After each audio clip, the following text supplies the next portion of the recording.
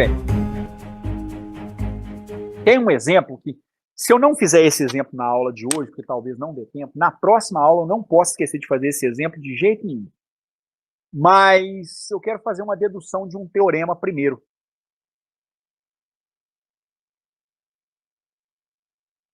É o teorema de Green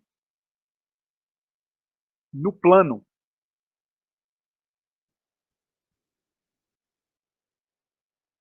Também pode ser entendido como o teorema de Stokes em duas dimensões.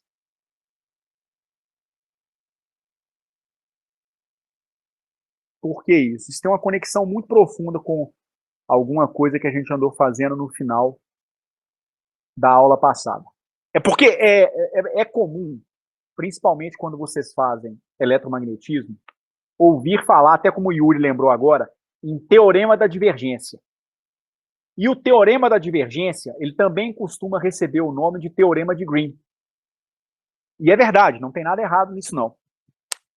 Entretanto, existe um outro teorema de Green que é calculado não em três dimensões, mas sim em duas dimensões, que na verdade é uma adaptação do teorema de Stokes que vocês viram lá em cálculo vetorial.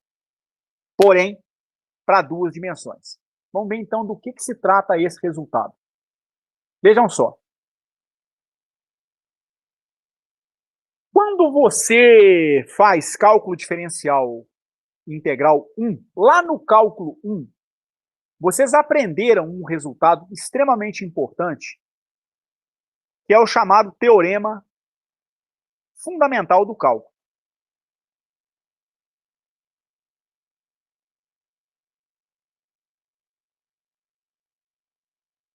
O que me diz o teorema fundamental do cálculo? Ele é o teorema que, de certa maneira, garante para você que a integração e a derivada são operações inversas uma da outra. Então, ele está relacionado com o fato de você calcular a integral da derivada de uma função. E você sabe o que acontece quando você calcula a integral da derivada de uma função. Calcular a integral da derivada, no final das contas, equivale a recuperar a função original, que a gente chama de primitiva. Então, isso me daria a própria função f de x, avaliada nos extremos do intervalo em que a integração foi feita. Então, de x igual a A até x igual a B. Portanto, isso aqui dá a função que você obteve no limite superior menos a função que foi recuperada no limite inferior. Isso vocês aprendem lá em cálculo 1, quando começam a estudar técnicas de integração e compreender o significado geométrico da operação de integração, certo? O que eu vou fazer na sequência não é uma prova geral. Eu não vou fazer uma prova geral do teorema de Green no plano, não. Vou fazer uma prova para um caso particular, mas ela é suficiente para a gente entender o que me dá o teorema de Green no plano, tá certo? E de uma certa maneira, a gente vai tentar fazer uma extensão do teorema fundamental do cálculo para funções de uma variável para funções de duas variáveis. Por que duas? Porque nós estamos trabalhando no plano, tá certo? Duas variáveis, digamos, uma variável x e uma variável y. Então, o que eu vou fazer na sequência é isso. É uma tentativa de se generalizar o teorema fundamental do cálculo, né, para duas dimensões. Então, nós podemos tentar, ou podemos generalizar. Tentar não, a gente vai generalizar o teorema fundamental do cálculo, que eu vou simbolizar dessa forma, para duas dimensões. E o que eu vou fazer com essa generalização? O que eu vou supor? Eu vou imaginar duas funções. Vou imaginar duas funções que dependam de duas coordenadas x e y.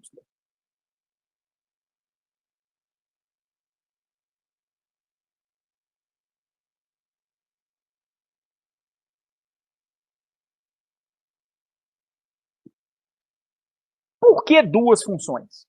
Por que não 18 funções? Por que não 57 funções?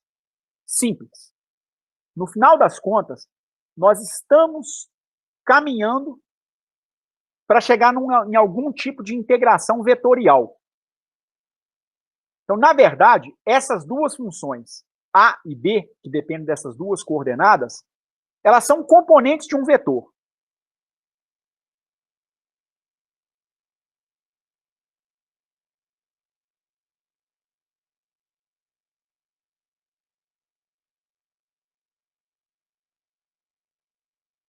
Que depende dessas 2 coordenadas x e y. Como que são componentes desse vetor? Ó, se eu pensar em coordenadas cartesianas, então a gente vai ter a função A, digamos, associada à direção I, mais a função B associada à direção J. Ok? É por isso, então, que a gente está pensando em 2 funções. Que eu estou pensando, no final das contas, em um vetor bidimensional. Tá certo? O que eu vou assumir sobre essas funções? Pouquíssima coisa. Eu vou assumir apenas que elas tenham as suas primeiras derivadas parciais como funções contínuas. Basicamente isso. E o que eu vou fazer agora é que é algo feito por simplicidade. Nesse sentido é que a prova não é uma prova geral. Ela é uma prova válida para o cenário do caminho de integração que eu vou colocar na sequência. Tá certo? Então eu vou tomar uma determinada integral de linha aqui.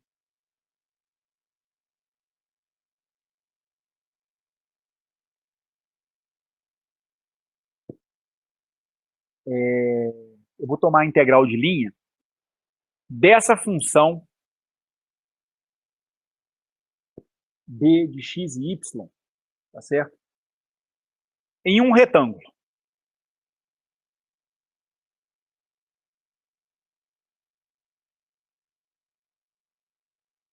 Esse retângulo vai ter uma certa área S. O que eu estou querendo dizer com isso? Basicamente isso aqui. Eu vou imaginar um contorno de integração no plano XY. Então tá aqui meu plano XY. E eu vou imaginar um contorno de integração percorrido aqui no plano XY. Um contorno como esse aqui.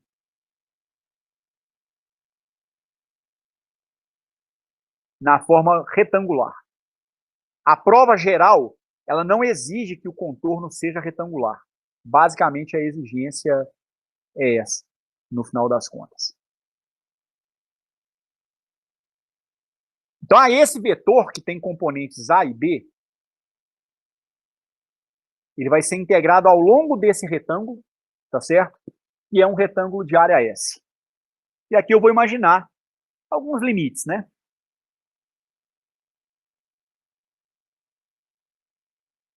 Então, aqui eu vou ter um ponto A, um ponto B. Para A, o Y vai valer C. E para B, o Y vai valer D. Observem bem uma coisa. O mais importante que nós temos que perceber antes de querer fazer uma conta é algo geométrico. A linha fechada, ela limitou uma área. Você tem uma área limitada por essa curva fechada. Curva essa que é um retângulo. Então, isso aqui é uma área S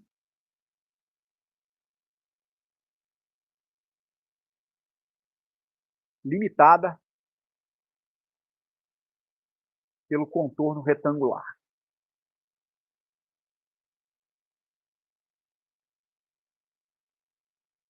Vou fazer o seguinte.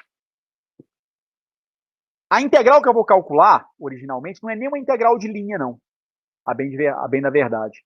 Ela é uma integral dupla. Então, eu vou trocar essa terminologia aqui. Nós não vamos chegar numa integral de linha. Na verdade, ela é uma integral dupla. Eu vou integrar uma derivada de B dentro dessa área. Dentro dessa área, eu tenho elementos de integração que tem uma extensão espacial dx e dy. Então, aqui eu tenho um elemento de área de tamanho ds, que é o produto da largura pela altura desse triângulo. Retângulo, perdão. Dx multiplicado por dy. Eu vou, então, calcular a seguinte integral.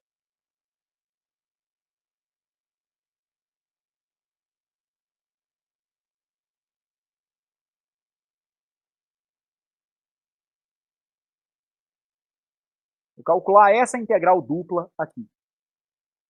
Vou fazer uma integral dupla ao longo dessa área S, então a integral que vai ser realizada aqui dentro desse meu retângulo, da derivada parcial da função b de x e y em relação a x. Primeiro integrando isso em x e, na sequência, integrando isso em y.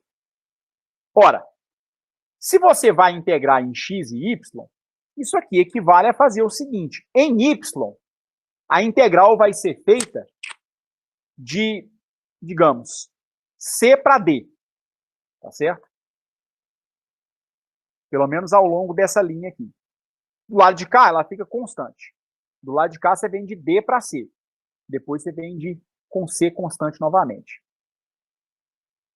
Em x, eu vou fazer a integral de a para b.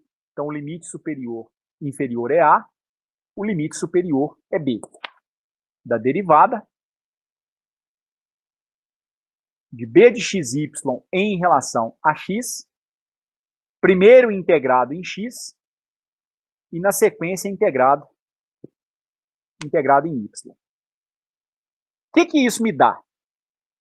Isso me dá o seguinte: a integral da derivada de uma função me retorna o quê?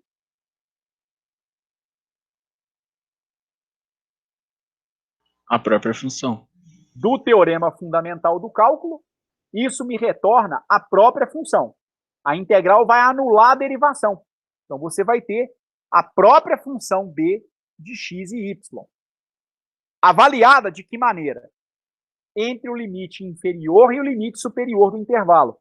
Então, ela vai ser avaliada de x igual a até x igual a b. Já fiz, então, a integral em x. E, na sequência, eu tenho que fazer a integral em y.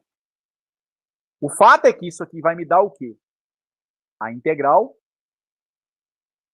da função da componente b avaliada em bzinho e y, menos a função bzinho avaliada em a e y, e tudo isso, na sequência, terá que ser integrado em y. Com o y indo da coordenada c até a coordenada d. Deixa isso aqui quietinho por enquanto. Tá certo? Essa é a primeira integral que eu posso fazer. Essa foi uma integral dupla. Então, reparem o seguinte.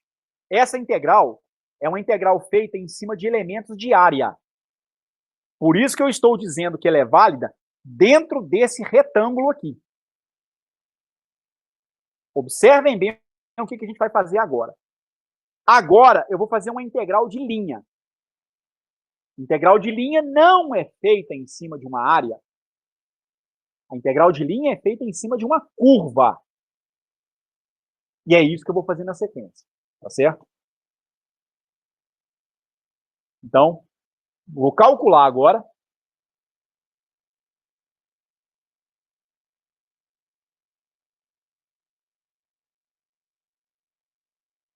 Uma outra integral. Ô Edson, a integral ficou.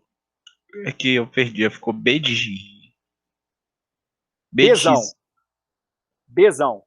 Ah, tá. Avaliada no ponto B ao longo da variável y. Ah, não. Menos Bzão avaliada no ponto A ao longo da variável y. Tudo isso para, na sequência, ser integrado em y. Beleza. Ok? Ok. Então, agora eu vou calcular a integral de linha, não da derivada. Vou calcular a integral de linha da própria função.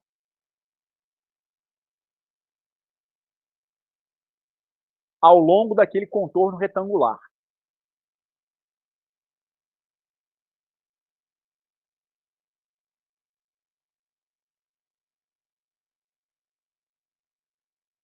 O retângulo formou um contorno fechado. Então, vai ser uma integral realizada ao longo de uma linha fechada, que eu estou chamando de C, da própria função b de x e y, integrada, digamos, ao longo de y, que é a integral que falta para ser feita do outro lado. Como que você vai realizar essa integral? Presta atenção no teu contorno de integração. Seu contorno de integração é esse aqui. Você tem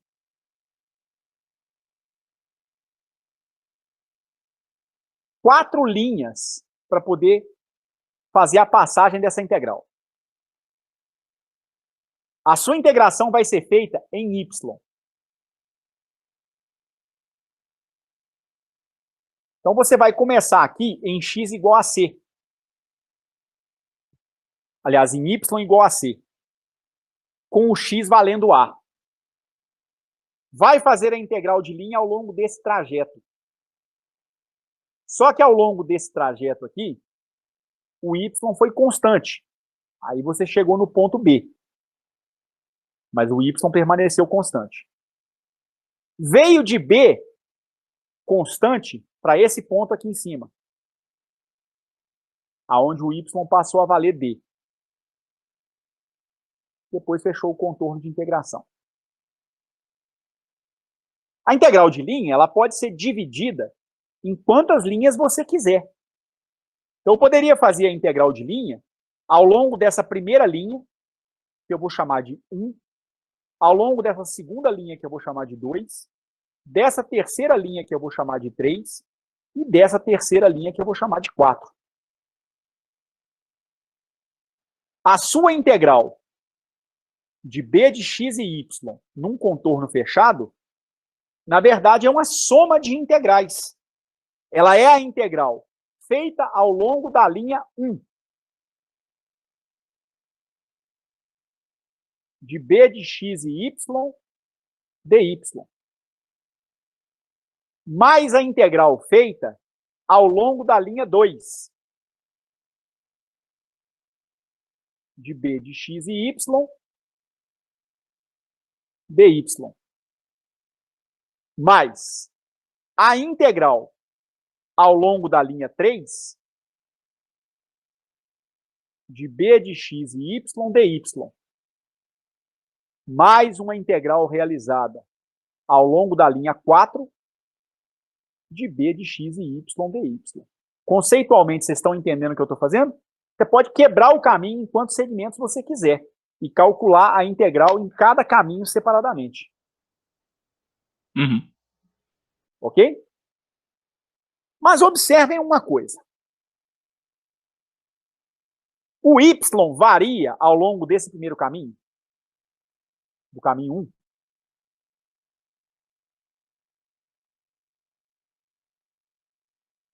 Não.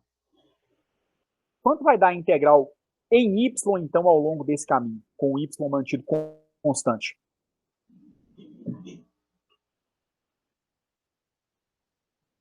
A integral vai dar uma constante. Não, não vai dar uma constante. Vai dar não. zero. Não. Zero. Por quê? Ora, digamos que eu peça para vocês calcularem a integral da exponencial de x com x indo de 2 até 2, integrada em x. Apenas um exemplo bem mocorongo. Integral da exponencial de x não dá a própria exponencial de x? Uhum. Mas se ela vai ser avaliada ao longo de um ponto em que a variável não varia, isso aqui vai dar exponencial de 2 menos a exponencial de 2. É a função avaliada no limite superior menos a função avaliada no limite inferior. Isso aqui dá zero. Agora, digamos que eu pedisse para vocês calcularem essa integral aqui. A integral com x indo de 3 até 3, do seno de 3x elevado à quinta, vezes a exponencial de x, sobre a raiz quadrada da tangente hiperbólica do logaritmo natural de x à quinta mais a exponencial de x. Integrado em x. Vai dar zero. Você não precisa saber fazer integral, não. Basta você perceber que o limite superior é igual ao limite inferior. Se você não saiu do ponto, x igual a 3, você não descreveu área nenhuma. Então, obviamente, a integral deu zero. O mesmo vai ser verdade no seu caminho 3. Porque no seu caminho 3, o y novamente foi mantido constante. E a integral é feita em y. Então, essa integral também vai dar zero. Então, ao escolher fazer a integral de b na variável y, nesse caminho retangular, você só teria que se preocupar com a integral ao longo dos caminhos 2 e 4. Só que a integral ao longo dos caminhos 2 e 4, ela é feita com o x mantido constante. Então, vamos ver em que isso vai implicar. A integral de b de x e y, integrada em y naquela curva C, é igual à integral tomada no caminho 2 de b de x e y dy, mais a integral tomada ao longo do caminho 4 de b de x e y dy. Olhem bem para o caminho 2 na figura anterior. No caminho 2, o x foi mantido constante. Ele vale b em todo esse caminho. E no caminho 4, o x também é constante, porém sempre valendo a. Então isso aqui vai dar o quê? A integral feita no caminho C, no caminho 2, de y igual a c para y igual a d, subindo então ao longo do caminho. Da função b em x igual a b, integrada em y. Mais a integral feita no caminho 4, que é feita com o y descendo. Então, o y agora vai de d para c. E o x agora vale a. Integração novamente feita em y. Mas ainda é possível simplificar isso aqui um pouquinho mais. Porque isso aqui poderia ser escrito como a integral de c até d da função bzão avaliada em x igual a b e y, menos a função bzão avaliada em x igual a e y, e isso tudo integrado em y. Por que que essa operação que eu fiz aqui é válida?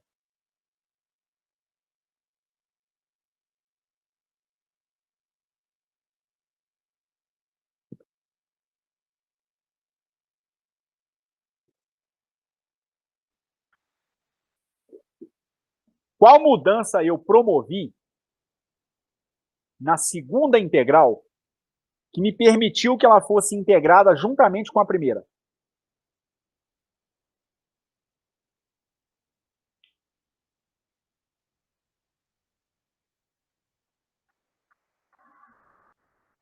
Vou inverter os limites de integração. Eu inverti os limites de integração. E quando você inverte os limites de integração numa integral, o que acontece com o resultado? O sinal troca? Troca o sinal. Por isso esse sinal negativo aqui. Então, o que eu fiz na passagem dessa linha para essa próxima foi inverter os limites de integração para ter o mesmo limite nas duas integrais. Mas, ao fazer isso, eu ganho um sinal negativo na segunda parcela. Tem problema nenhum. Absolutamente não tem problema nenhum. Tá certo? Mas que eu posso fazer isso? Sim, eu posso. Ok? Mas olha agora que negócio interessante. Vamos recuperar o resultado da nossa integral de superfície.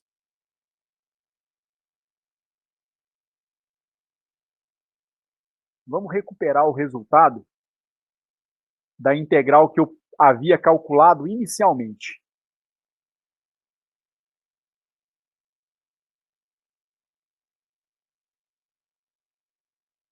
Eu tinha feito uma integral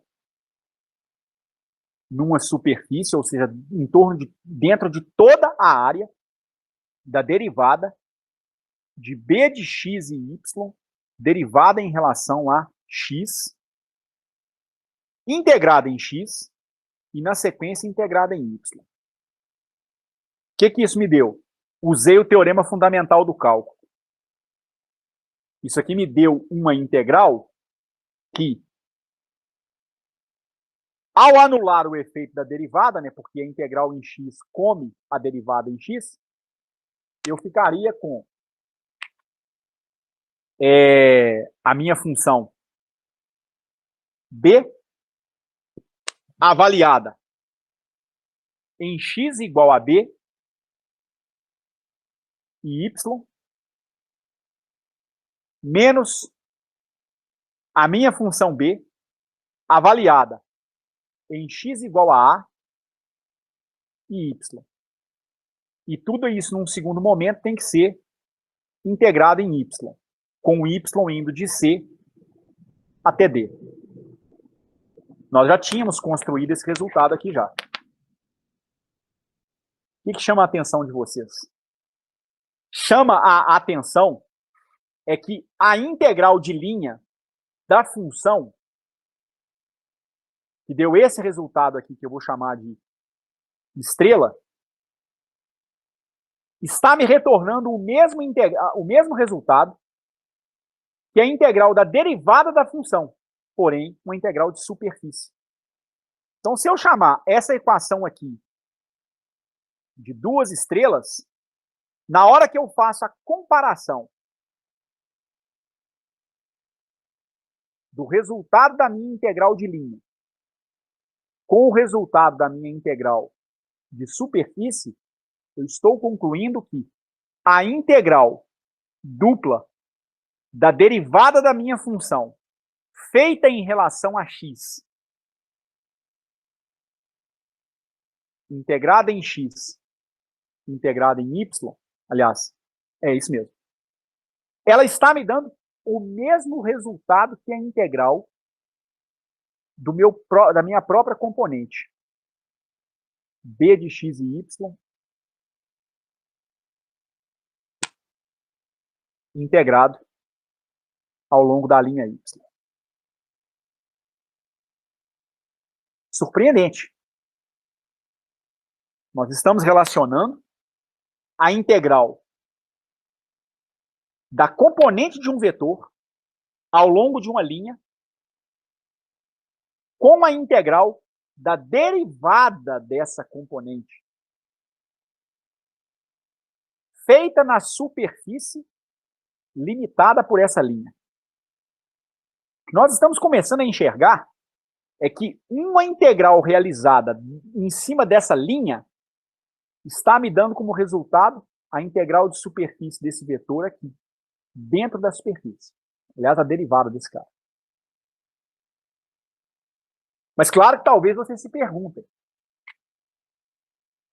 Mas você escolheu a componente B do seu vetor. É, verdade. E se eu tivesse escolhido a componente A? Vamos ver o que aconteceria se eu tivesse escolhido a componente A.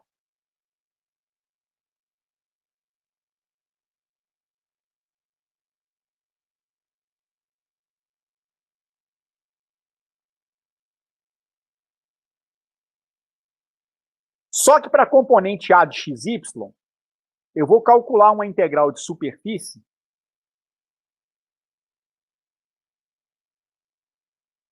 novamente. Mas eu vou tomar a derivada de A de xy em relação a y. Então, eu vou ter a integral dupla dentro daquele retângulo da derivada de A de x e y, feita em relação a y, integrada em x e integrada em y. Mas eu posso, se eu quiser, inverter a ordem das integrações. E aí eu poderia escrever isso como a integral da derivada de A de xy em relação a y, integrada primeiro em y, para que no final eu faça a integral em x. Vantagem disso? A vantagem é que eu posso aplicar o teorema fundamental do cálculo, o TFC, que eu tinha denominado agora há pouco. Isso aqui vai me dar a integral com o x indo de A para B, do ponto inicial até o ponto final ao longo do eixo x. E a integral da derivada em relação a y me dá a própria função. Me dá o A de x e y integrado em y, com o y variando de C até D. E esse resultado na sequência tem que ser integrado em x. Isso aqui vai me dar a integral de x igual a A até x igual a B da minha função A de x com y avaliado em D menos a minha função A dependente de x e com y avaliado em C, e tudo isso na sequência tendo que ser integrado em x. Beleza. Isso aqui é o resultado da minha integral de superfície. Agora, eu vou fazer o mesmo para a integral de linha. Mas na integral de linha, eu vou deixar que vocês façam. Então, agora vamos fazer a integral de linha.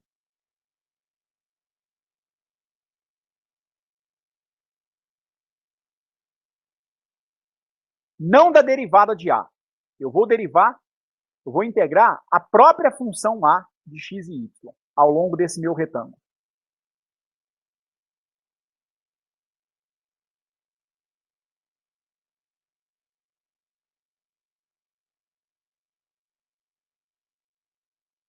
Então, eu vou ter uma integral num contorno fechado C da minha função A de x e y, tá certo? E eu vou integrá-la em x. Ó, mas o contorno não é fechado? É. Mas é equivalente, no final das contas, a fazer a integração só em x. Porque isso aqui seria equivalente a fazer a integral ao longo do caminho 1 de A de xy dx, mais a integral ao longo do caminho 2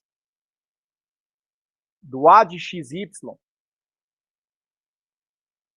dx, mais a integral ao longo do caminho 3 do A de xy dx, mais a integral ao longo do caminho 4 do A de xy dx. Mas eu pergunto para vocês, o seu contorno de integração é um contorno retangular. E a orientação desse retângulo é mais ou menos essa aqui.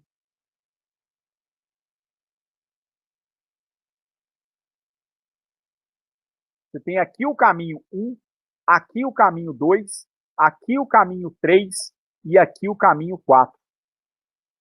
Pergunto para vocês, ao longo do caminho 1, o x varia?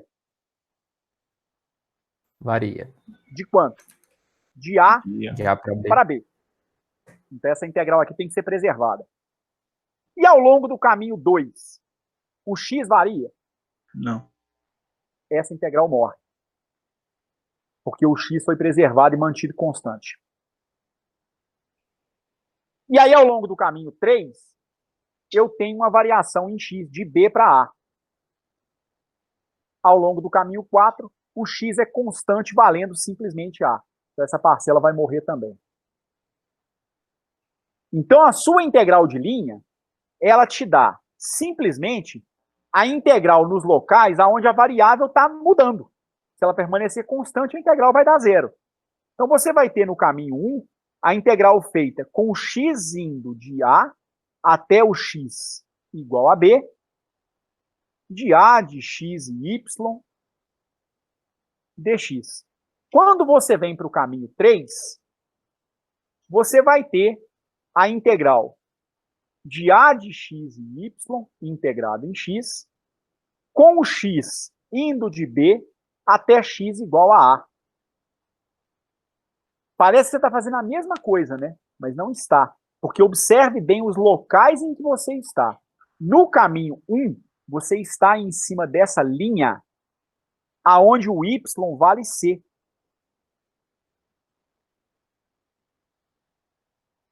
Quando você vem para o caminho 3, que é o outro que sobreviveu, você não está em cima dessa linha mais. Você está na linha de cima, aonde o y vale d. Então, aqui o y pode e deve ser trocado por d também. E aí, isso nos dá o quê? A integral naquele contorno fechado feita na variável x, ela é igual a quê? Uma integral feita de x igual a até x igual a b,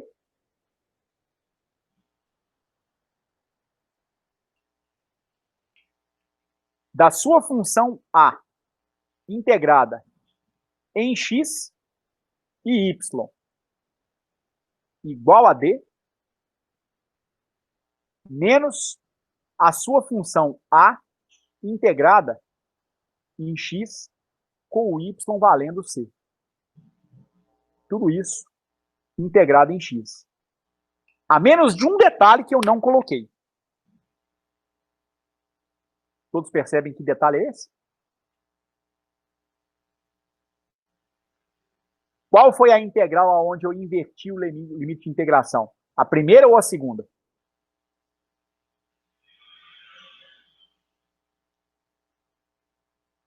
Segunda. Eu inverti o limite de integração na segunda. Para que a integral final fosse feita de x igual a até x igual a b. Então, aqui o limite de integração está invertido. Então, você não ganha um sinal negativo quando você inverte o limite de integração? Sim. Esse sinal está aqui fora. Ele faz com que a primeira parcela, aquela que vai ser avaliada em y igual a d, fique negativa, e a primeira parcela avaliada em y igual a c fique positiva.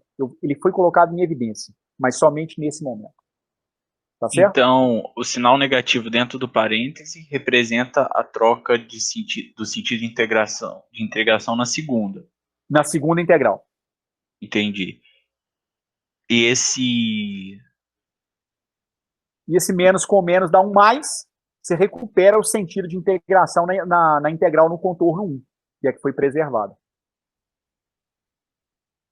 Que é quando o y vale c. Você vem do A para B, você vem ao longo desse caminho aqui. Ó.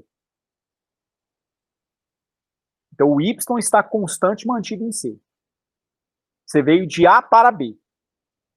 É essa integral que você tem aqui. Para ela ganhar um sinal negativo, eu tenho que fazer uma compensação. Aí eu troquei o sinal das duas no final das contas. Coloquei um sinal negativo global.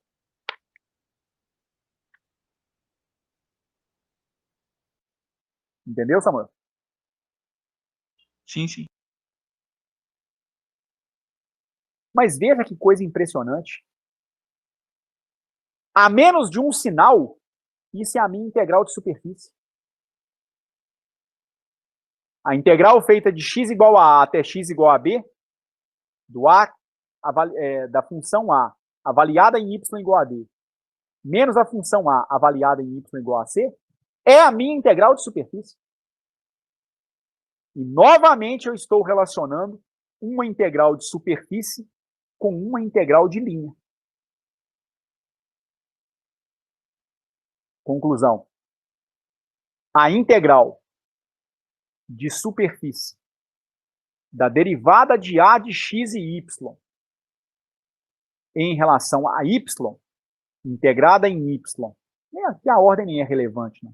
Integrada em x e integrada em y, ela está dando menos a integral no contorno fechado de a de x e y dx. É claro que talvez vocês estejam se perguntando, tudo bem, mas ainda é estranho esse negócio. Por que eu derivei o a em relação a y? Por que eu derivei o b em relação a x? Não poderia fazer o contrário? Talvez. Mas há uma razão para isso, conforme eu vou colocar na sequência. Eu vou recuperar os dois resultados que nós construímos. Vejam só. Primeiro, você tem uma função vetorial dependente de x e y, que é dada por uma componente a de xy na direção y, mais uma componente b de x e y na direção j. Quer dizer, por trás dessas duas funções, no fundo, o que eu tenho é um vetor. Tá certo? Primeiro, eu relacionei a integral de superfície da derivada de b de x e y em relação a x, integrada em x e integrada em y. Mostrei que isso aqui é igual à integral de linha no contorno que delimita essa superfície do próprio b de x e y integrado em y. Ok? Aí eu construí outra integral de superfície. A integral da derivada de a de x e y em relação a y vezes integrada em x e integrada em y. E isso está me dando como resultado menos a integral num contorno fechado de b de x e y, aliás, a de x e y,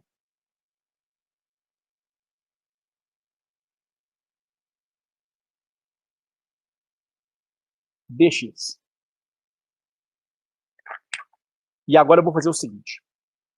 Eu vou somar esses dois resultados aqui. Aliás, eu vou subtrair esses dois resultados. Então, se eu chamar o primeiro resultado de um quadradinho e o segundo resultado de dois quadradinhos, na sequência eu vou fazer a primeira igualdade menos a segunda igualdade.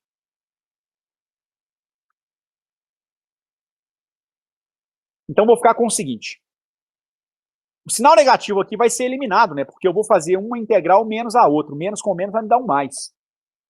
Então, eu vou ficar com a integral de a de xy dx mais b de x e y dy, integrado ao longo dessa linha C. Que não precisa ser retangular, viu? Não precisa. Isso aqui é igual a uma integral de superfície da derivada de b em relação a x menos a derivada de a em relação a y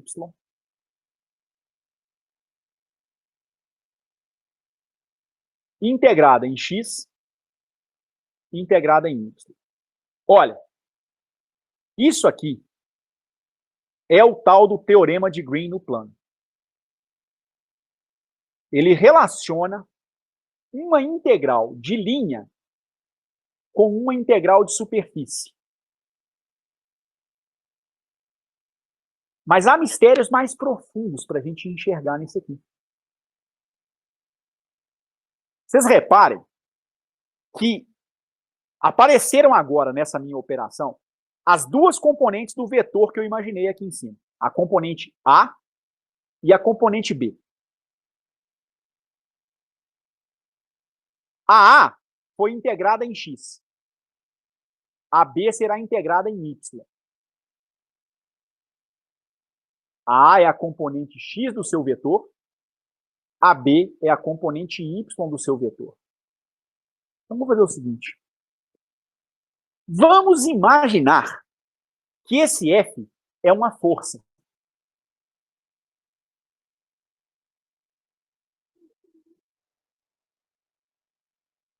Então, digamos que aqui eu tenha um vetor força carregando uma partícula ao longo dessa trajetória. Isso aqui, então, vai ter uma componente A na direção I, mais uma componente B na direção J. Se você vai integrar esse vetor ao longo dessa linha, você vai precisar de um elemento de integração. Um pequeno vetor associado a um deslocamento em cima dessa linha, que eu vou chamar de dr. Mas se você pegar esse dr, talvez você consiga enxergar nele também uma componente na direção x, vai ser um dx na direção y, e uma componente na direção j, que vai ser um dy na direção j. Vetorialmente, o seu deslocamento dr é a soma do vetor deslocamento em x, um dx na direção y, mais um dy na direção j. Digamos que você queira calcular o trabalho dessa força. Então, você teria que fazer o produto escalar de F com dr. Produto escalar de força com deslocamento. Que vai te dar o quê? É produto escalar. Multiplica componente de um vetor pela componente correspondente do outro. A de x e y dx mais B de x e y dy. Quem que é esse cara aqui? É o seu integrando aqui do lado esquerdo. Então, essa identidade que vocês aprenderam lá no cálculo vetorial, o que essa integral de linha está dizendo para você é que você está integrando um vetor ao longo de uma curva. E o elemento de deslocamento na curva tem componentes dx e dy. É isso que você está fazendo. E isso é representado por um produto escalar do seu campo vetorial com o elemento de deslocamento em cima da curva. Aqui até a curva está aberta, né? E aqui no meu resultado, a curva tem que ser uma curva fechada. Mas no final das contas, a primeira coisa que eu estou vendo é isso. A integral de um campo vetorial ao longo de uma curva fechada, ela é igual à integral do produto escalar do vetor que designa o campo, ou seja, A de x e y dx mais B de x e y dy ao longo daquela curva num caminho fechado. Tá, tudo bem. Mas ainda assim, talvez você ache estranho eu ter feito a derivada da componente y do meu campo em relação a x. Ter feito a derivada da componente x do meu campo em relação a y. Para poder obter a integral de superfície dessa diferença. E é estranho mesmo. Mas é claro que eu segui esse caminho porque eu já sei o resultado. E eu sei o que isso aqui significa. Isso aqui é um rotacional. Isso aqui é o rotacional do teu campo vetorial f de x e y. Tem dúvidas? Escreve o rotacional para você ver.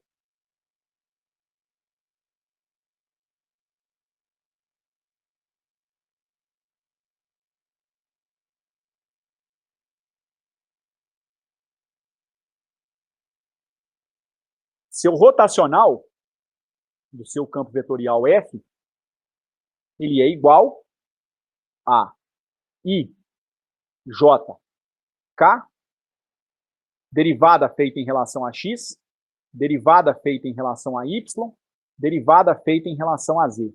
E o que vem na sequência? A sua função F com componentes A de X e Y, a sua função B de X e Y, e como o campo é planar, você não tem componente Z. Você vai completar aqui com 0.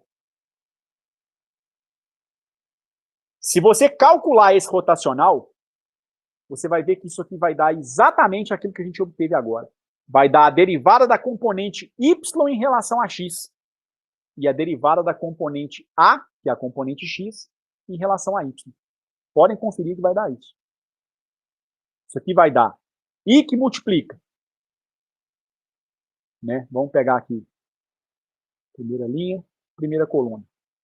I vezes derivada de 0 em relação a Y. Não precisa nem dizer que isso aqui vai dar 0, né? Menos derivada de B em relação a Z. Ué, mas o B não depende só de X e Y? Então a derivada parcial dele em relação a Z é 0. Mais J vezes derivada de 0, aí eu eliminaria essa linha e essa coluna, né? Vai dar a derivada de 0 em relação a X. Mais 0 é impossível. Menos a derivada de A, de X e Y, em relação a Z. Mais K que multiplica. Olha que coisa sensacional aparecendo agora.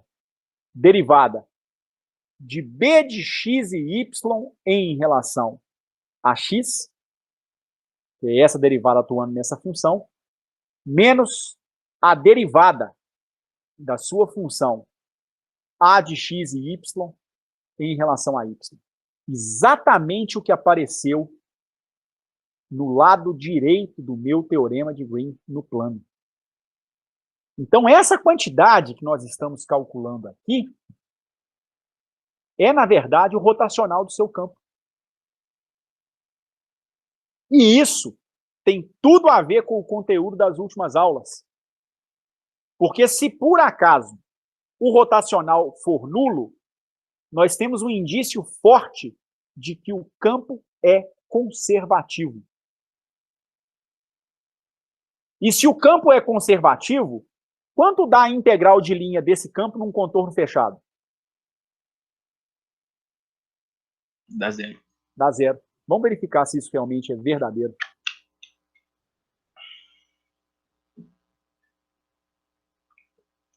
Então, a gente tem a integral numa linha fechada de A de x e y dx mais B de x e y dy, e isso aqui está me dando como resultado a integral de superfície da derivada de B em relação a y,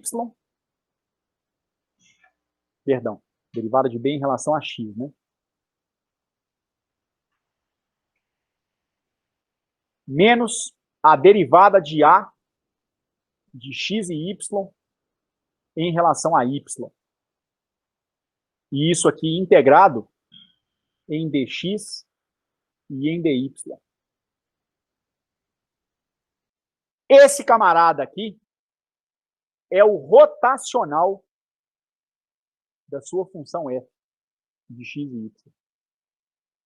Então, você está dizendo para mim que a integral do seu campo vetorial feita no plano se relaciona com uma integral de um rotacional.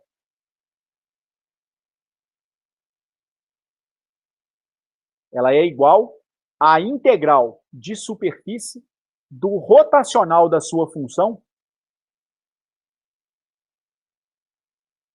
ao longo da superfície limitada por aquela linha. Quer dizer, você pode calcular a integral de linha diretamente ou calcular a integral do rotacional da função na superfície dentro da linha, o que for mais fácil. O resultado é o mesmo. Você tem essa garantia. Tanto faz integrar o vetor na borda do caminho, quanto integrar o rotacional do vetor dentro do caminho. O resultado ele dá o mesmo. E aqui é evidente. Se nós tivermos o rotacional de F igual a zero, dentro daquela superfície S, isso implica que a derivada de B em relação a Y menos a derivada de A. Aliás, mito. A derivada de B em relação a X menos a derivada de A em relação a Y tem que ser igual a zero. Porque esse rotacional tem uma componente só, porque ele é planar, né? O campo é planar. O rotacional tem que te dar um vetor perpendicular ao plano. No caso, vai ser no plano, vai ser na direção Z, que é perpendicular ao plano XY. Então, isso aqui me garante, né, o campo ser conservativo. Por quê? Porque a integral à esquerda vai dar zero também. Se o integrando à direita é zero, a integral de superfície se anula. Logo, a integral num contorno fechado de A de xy dx mais B de xy dy naquele contorno C, que é igual à integral num contorno fechado do seu campo vetorial integrado ao longo daquele caminho, isso aqui dá zero, caso essa condição seja satisfeita. E isso é que me garante que o campo será conservativo.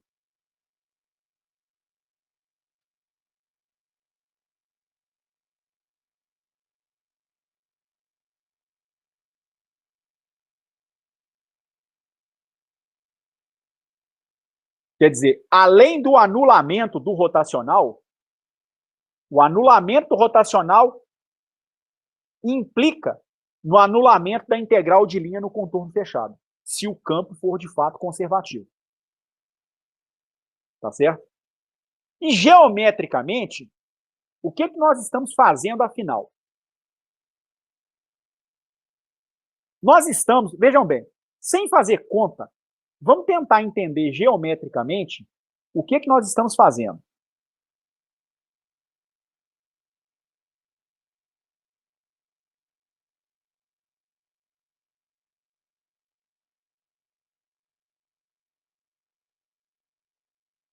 Vamos fazer o seguinte. Vamos primeiro pegar o lado direito do teorema de Green no plano.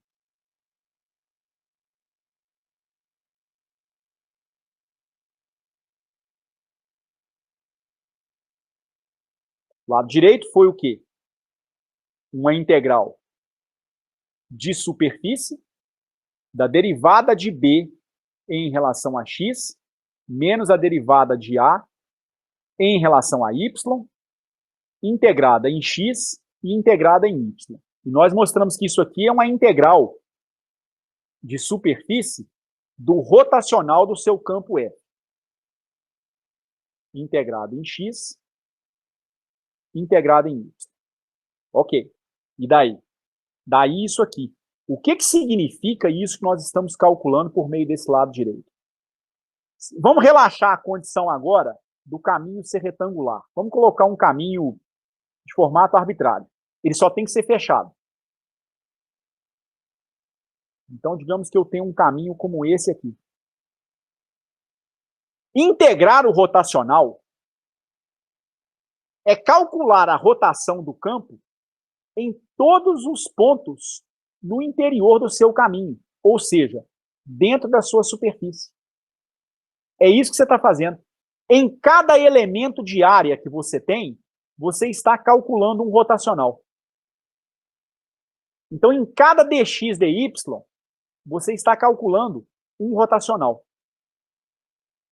E, na sequência, você está integrando, ou seja, você está somando os rotacionais na superfície limitada por aquele caminho.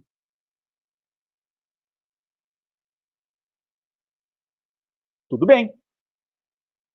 E isso equivale a quê? Agora é que é o mais bonito.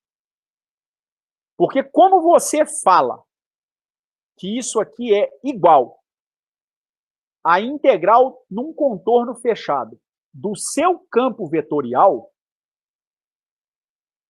integrado ao longo daquela curva representada pelo vetor dr, você está fazendo para mim, está dizendo para mim o seguinte: calcular a integral do rotacional dentro da curva equivale a calcular a circulação do vetor f ao longo da sua curva. Os resultados eles são equivalentes. Você vai fazendo o produto escalar do seu vetor na borda da curva, e isso equivale a calcular o rotacional, a integral do rotacional, dentro da curva. É isso que o teorema de Green no plano te dá. E muitas vezes, fazer o cálculo dessa integral de superfície não é fácil, dependendo da forma da superfície. Mas você não precisa, e isso é o mais bonito, você não precisa fazer o cálculo da integral de superfície do seu rotacional, porque você pode optar por integrar o teu campo vetorial na borda do contorno. E os dois resultados, eles são iguais. Não há necessidade de calcular a integral de superfície do rotacional do campo, porque você pode calcular a circulação do campo na borda que limita a superfície.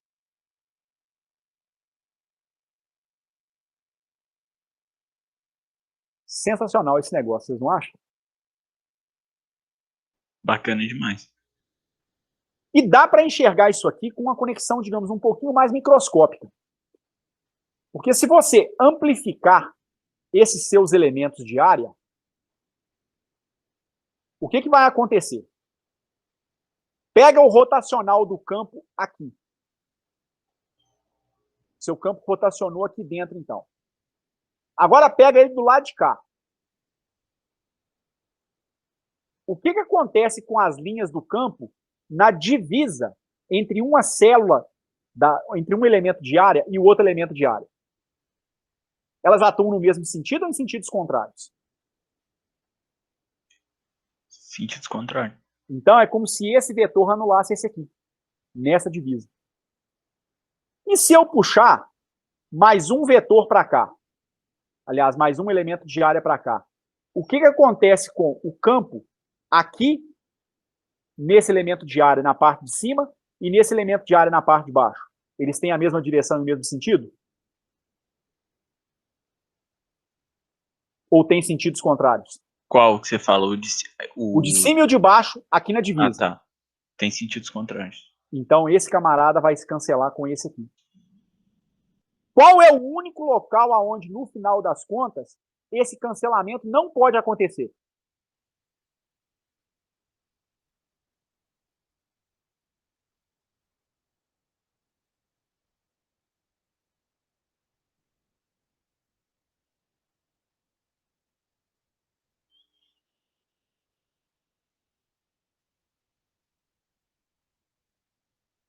Vocês já devem ter ouvido a expressão que, lógico que é uma brincadeira, mas é só uma analogia, né? Vizinho é uma merda, não é? O problema são as células que são vizinhas umas das outras. O rotacional de uma célula é anulado pelo rotacional das células vizinhas. Então, quando eu pergunto onde isso não pode acontecer, eu estou me referindo à borda do contorno. Porque na borda do contorno, aqui, ó, não tem uma célula do lado de cá para que haja o anulamento da componente do rotacional. Por isso que equivale a fazer apenas a integral na borda do teu campo vetorial. Essa é a lógica do ponto de vista geométrico. Aqui na parte interna, as componentes do rotacional todas vão se anular. Elas só não se anulam na borda do caminho. E isso equivale a fazer a integral de linha do teu vetor na linha que limita o teu caminho.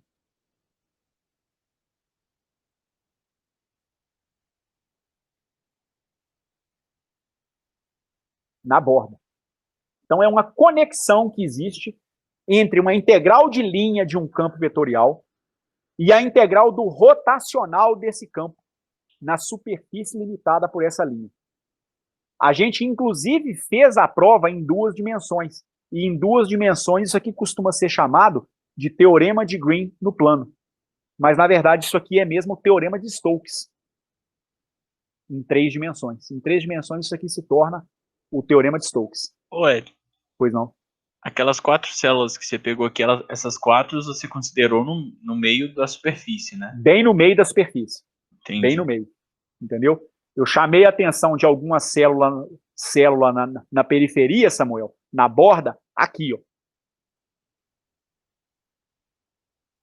Se por um acaso uma das células, se essa célula e essa estiverem na borda, aqui uma parcela do campo sobrevive. Porque não há um vizinho aqui em cima aonde o rotacional vai circular em sentido contrário, para anular esse efeito.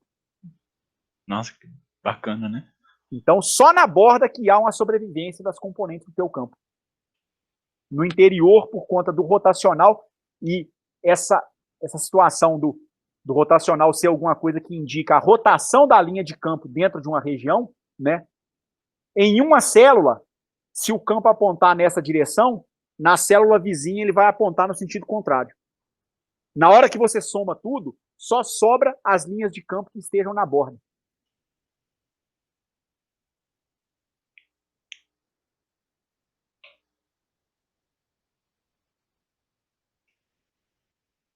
Ok?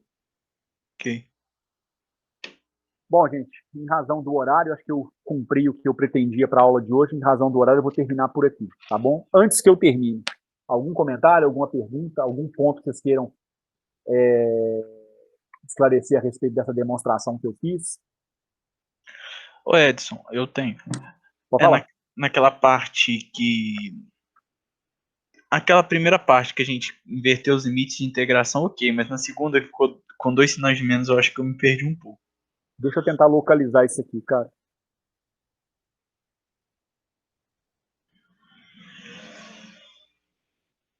Aqui. Aí, isso. É tranquilo, cara. Porque, na verdade, é o seguinte. Os limites de integração, eles estão invertidos. Em uma integral, você faz de x igual a para x igual a b. Na outra, você faz de x igual a b para x igual a. Sim. Uhum. Tudo bem? Está compartilhado aí, Samuel? Tá sim. Então, veja bem. Essa integral, fazendo aqui embaixo, a integral que vem de x igual a b até x igual a, de a de x e y igual a d, integrada em x, ela equivale a menos a integral com o x indo de a até b, do a de x, y igual a d, integrado em x. Até esse ponto. Você concorda? Uhum. Então, a sua integral no contorno C de a de x e y dx, ela é uma integral de a até b, de a de x, y igual a c, integrado em x, menos a integral de x indo de a até x igual a b, do seu campo avaliado em y igual a d, integrado em x. Ok? Uhum. Bom, eu tenho uma diferença de 2 integrais. Não há problema nenhum se eu colocar esse sinal negativo em evidência. É uma opção. Só que quando eu coloco esse sinal negativo em evidência, essa integral ganha um sinal positivo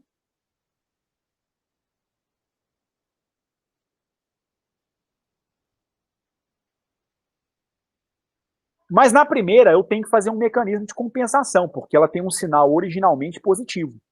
Para eu não fazer bobagem, concorda que ela tem que ser agora subtraída? Sim. Uhum.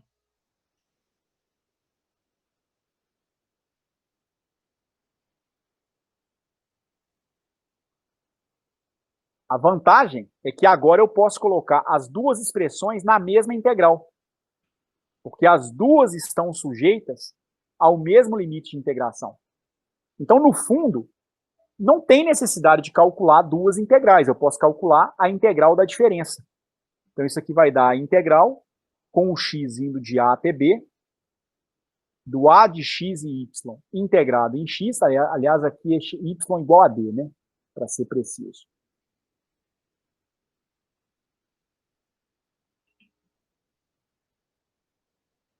Menos a função A, dependente de x, avaliada em y igual a c, e tudo isso integrado em x. Foi isso que eu fiz para fazer aquele sinal negativo aparecer, Samuel. Ah, sim. Eu coloquei um sinal negativo em evidência, tá certo? Após eu inverter o limite de integração na segunda integral. Aí eu precisei fazer uma compensação de sinal na primeira parcela, porque ela originalmente tinha um sinal positivo. Para eu preservar esse sinal positivo, um menos aqui em evidência, tem que colocar um menos aqui, para dar o mais original. Ah, sim. Beleza. Foi isso que nós fizemos, então. Ah, no show de bola. Tranquilo. Beleza? Beleza, Edson. Não garanto hoje ainda, porque está bastante frio, eu tenho mais coisas para fazer. Não vou tentar editar a aula para hoje ainda. E para amanhã já deve aparecer uma lista de problemas grande, já admito que é grande, sobre essas questões envolvendo campos conservativos, teorema de Green no plano, teorema de Stokes, enfim, esses assuntos dessas últimas aulas. Tá bom? Tá, beleza. Então tá bom. Samuel, um abraço, cara. Não sei se o Yuri tá aí ainda, mas se tiver, Sim, beleza. Então boa noite para você também, Yuri. Boa noite, Edson. Obrigado. E até quinta-feira. Quinta-feira continuamos. Até. Tranquilo, Edson. Valeu, viu? Obrigado. Falou, gente. Um abraço.